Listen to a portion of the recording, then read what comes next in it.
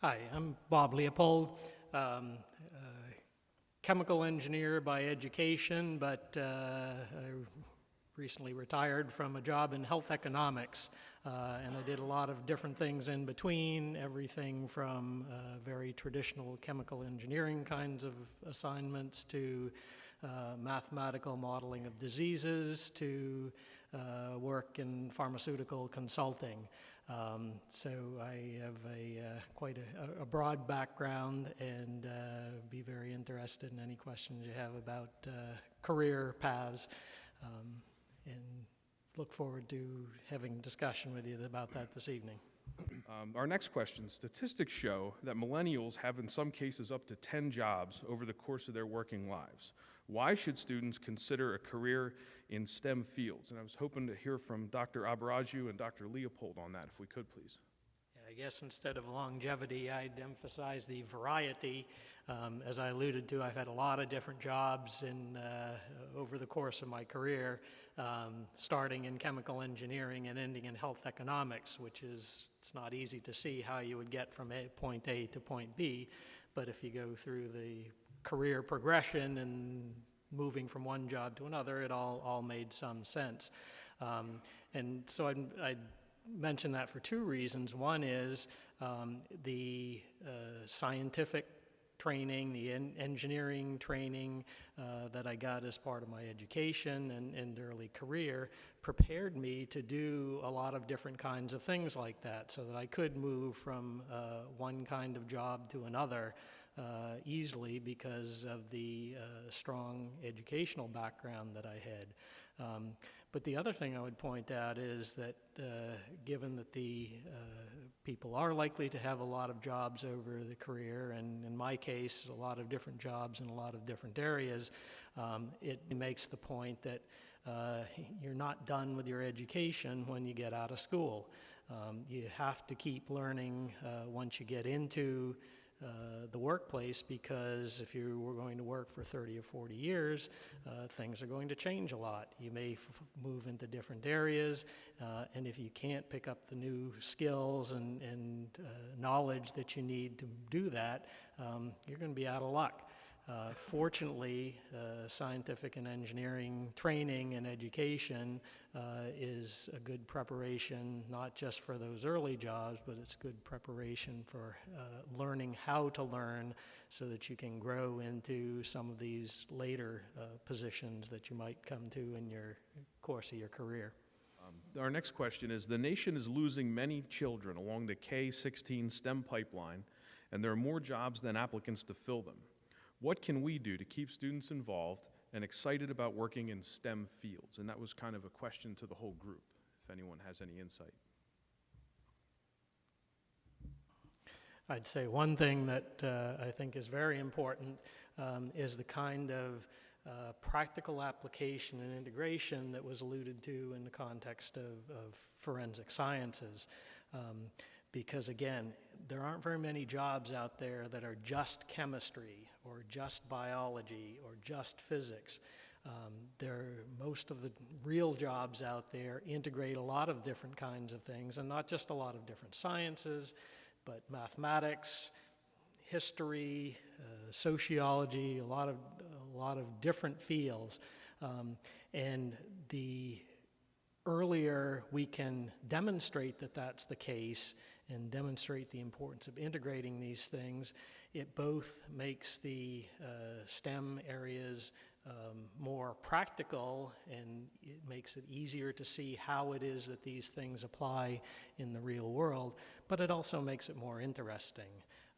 Certainly the best job that I had was 10 years that I spent doing mathematical modeling of human diseases, where engineers like me would work with physiologists who understood the physiology.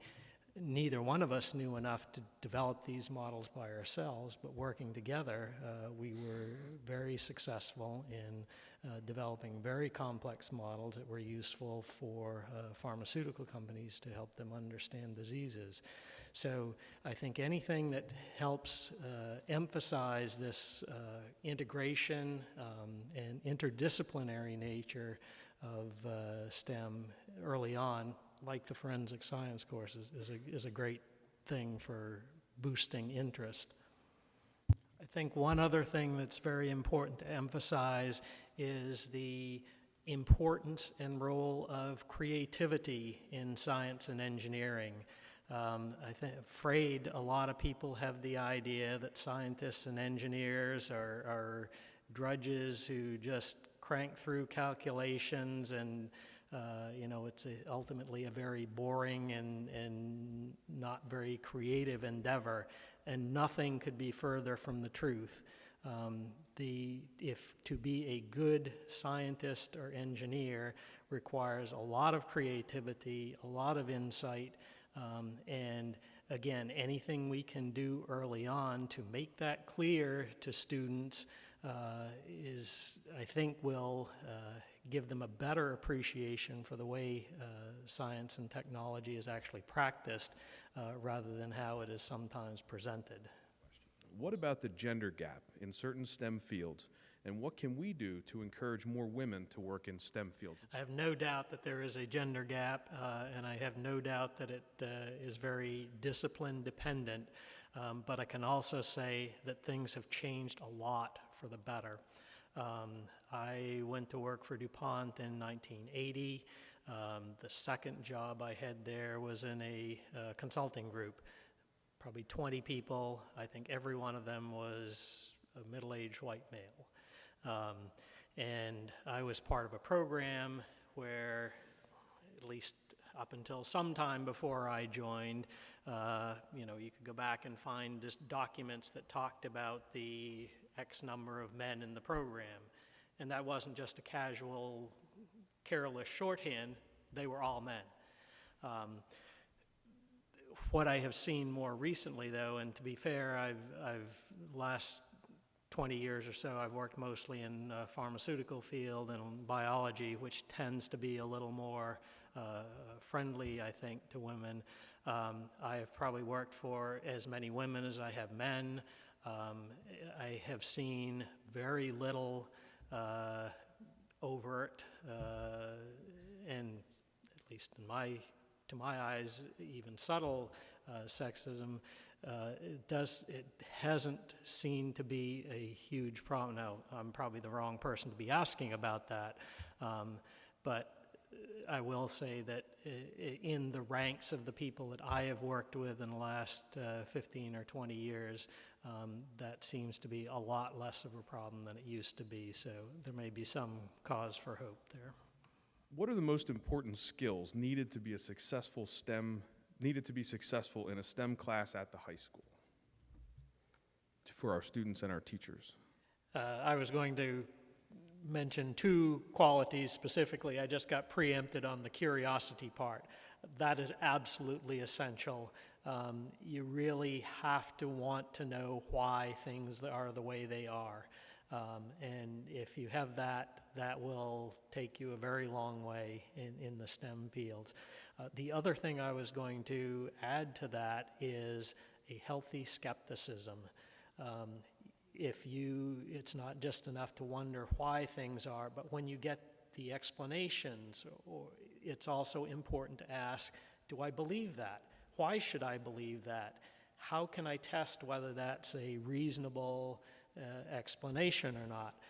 Because that also is part of the essence of the scientific method and the whole science and technology kind of education. All right, thank you. I think you've started to answer that, Dr. Leipold, but for you and Mr. Abaraju, if you could please tell us in a typical day what you most like about your job.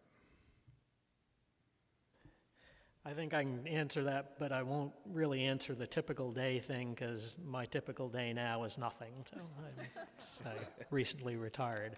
But I will tell you what it is that